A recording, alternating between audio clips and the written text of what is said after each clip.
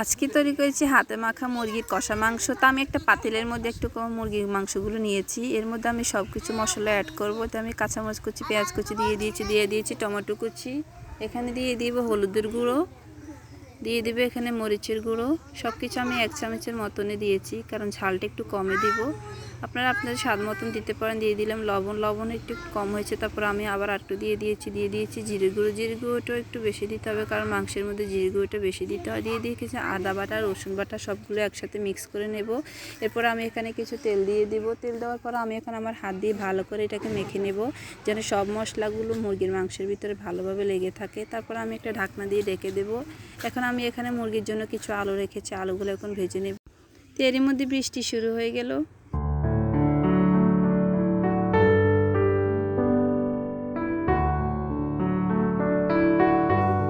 তা আমি এখানে মুরগির জন্য আলুগুলো ভালো করে লাল লাল করে ভেজে নেব, কারণ মুরগির মাংসের সাথে আলু দিলে অনেক ভালো লাগে। আর মুরগির মাংস হলে আর যে কোনো মাংসের সাথে আলু দিলে অনেক ভালো লাগে।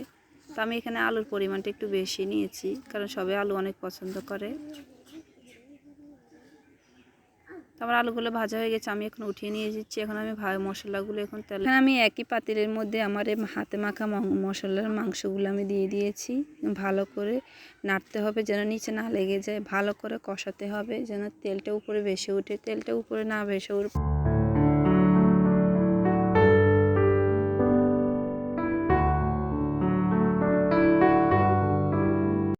এই যে মাংসের উপরে তেল ভেসে উঠেছে আর কালারটা অনেক সুন্দর হয়ে আসছে। তো আমি ভালো করে যতক্ষণ পর্যন্ত না কষানো হবে ভালো করে নাড়তে থাকবো। আর এই যে মাশাল্লাহ কালারটা এত সুন্দর হয়ে আসছে, তেলটা উপরে অনেক সুন্দরভাবে বেশি উঠেছে। এখন আমি এখানের মধ্যে গরম পানি দিয়ে দিব। তার আগে আবারও ভালো করে, এই যে আমার মুরগির কালারটা চলে আসছে। এখন আমি ভেজে রাখা আলুগুলো মুরগির সাথে ভালোভাবে মিশিয়ে নেব। আলুগুলো মুরগির সাথে ভাজা করে লাল লাল করে নেব।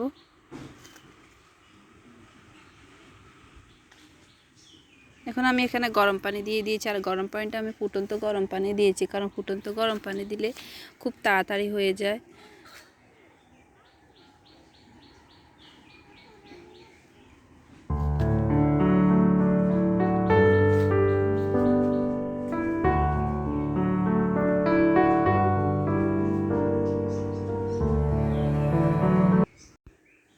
এই যে বলক এসে গেছে। তো এখন আমি আবারও ভালো করে নাড়তে হবে, নেড়ে দিচ্ছি। তো এটা আমার মুরগির মাংস, কষা মুরগির মাংসটা হয়ে গেছে, একদম রেডি। তো এখন আমি চুলা থেকে নামিয়ে নেব। আর আমি এটা মুরগির মাংসটা আজকে মাটির চুলায় করেছি।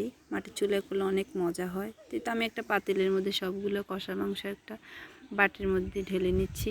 আর কালারটা এত সুন্দর হয়েছে, ঝোল ঝোল করে একদম কালারটা অনেক সুন্দর হয়েছে। তো আমার এই মুরগির কষা মাংসটা আশা করি আপনাদের কাছে অনেক ভালো লেগেছে। ভালো লাগলে অবশ্যই আমার চ্যানেলটিকে সাবস্ক্রাইব করে দেবেন। আর আমার পরিবারের সবাই খেতে অনেক প্রশংসা করেছে। তো আজকের ভিডিওটি এ পর্যন্ত। সবাই ভালো থাকবেন, সুস্থ থাকবেন। আল্লাহ হাফেজ।